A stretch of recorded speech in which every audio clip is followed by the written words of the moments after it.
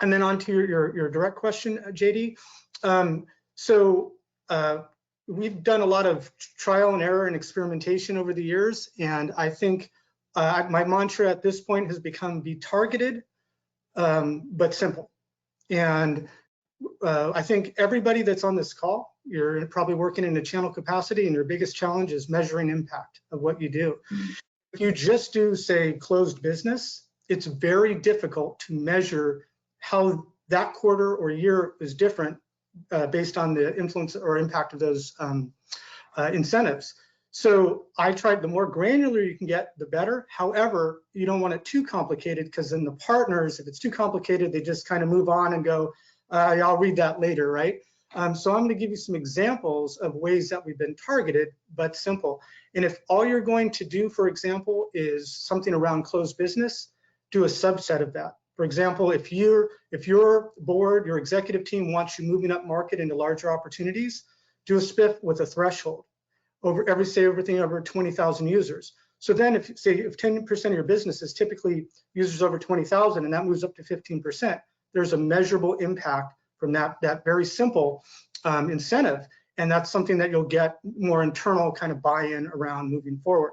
The other kind of common deal registration is, other common incentive is around deal registrations. And if you just do deal registrations, what happens is you get a lot of unqualified opportunities. You get a pipeline, everybody's scrambling to get free money.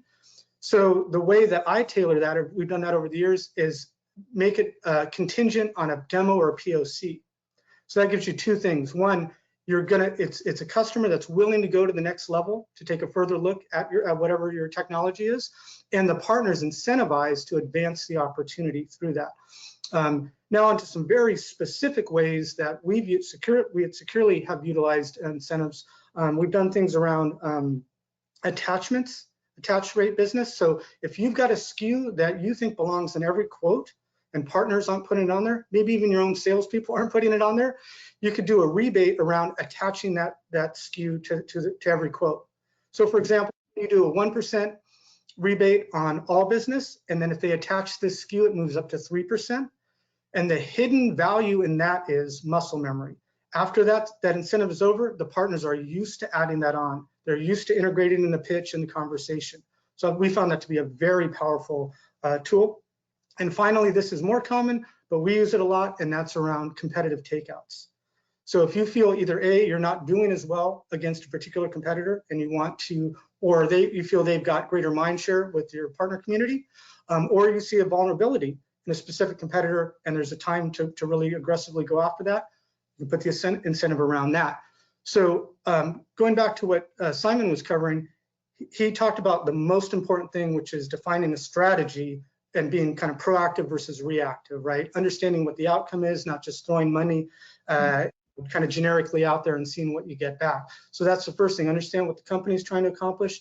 And the final thing I'll add is ask partners what they're responding to. Do they like rebates? Do they like cash payouts? Do they want their SEs paid to whatever that is, and factor that in addition to pleasing the stakeholders internally, right? So it's kind of a democratic process and ultimately getting to what that right solution is.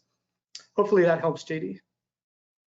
No, that makes a lot of sense. I need to go back though. I heard you mention free money. I just want to go on record as saying I like free money. So if anybody wants to send it to me, we can connect later. I'll give you my Venmo account. I'm just putting that out there. Sorry, selfless plug there. Free money is always a good thing, unless you're trying to drive it behavior and channel. So that makes a ton of sense. You have to register a deal at least. Yeah, and oh, by the way, and if you guys want me to send out your Venmo information as well, I'm happy to do it. I'm not a selfish individual, just for the record there. So I appreciate that, AJ. When targeted but simple. So if I wanted to ask a question, when you talk about the attach rate and the value of the muscle memory, do you then track?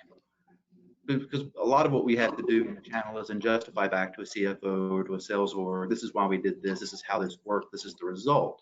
So being able to track it is hugely important, because sometimes different organizations view their channel in different ways. So what are some of the key metrics when you're going back, like for example, that attach rate?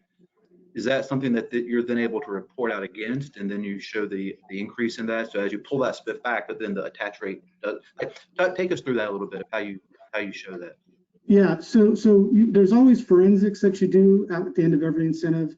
You go back and you look at, you compare it to previous quarters, previous years, and you look at, and that's what you want to get. The kind of the key to success is before you launch an incentive, you decide which metric you're trying to influence. You have a historical and a threshold that you're trying to get over. For example, like if you've, for an entire year, you've only had X number of deals that were 6 figures, right? If you're in a more transactional company, and in the year that you start running the incentives, or the quarters that you run the incentives, that moves up 5%, 10%, right? And you have a goal before you launch the incentive so that you can demonstrate success. You can go, we hit the goal that we were tasked with. And if you don't have that, right, you never know if you're succeeding or not. So that's really the key. You don't necessarily on the channel side come up with what that goal or metric is.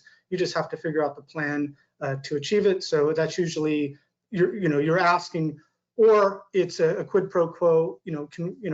Can I request budget for this if I can get us to X threshold? Yeah, that makes sense. Thank you for that. And then the targeted but simple, I think that may end up as one of the key takeaways as we get towards the bottom, because like you said, if you make it too complicated, the partners just won't bother, right? It's got to be easy for them. So we did some exotic ones, and we didn't have nearly the same traction, right? If you do 3 of these and you do it within this period and it does this thing, you get to 3 variables, they've moved on, so it's just kind of got to be 1 or 2 qualifiers at most. Yeah, the KISS principle. I'll let everybody fill in the letters with their own acronyms. So thanks a lot. So thank you very much for that.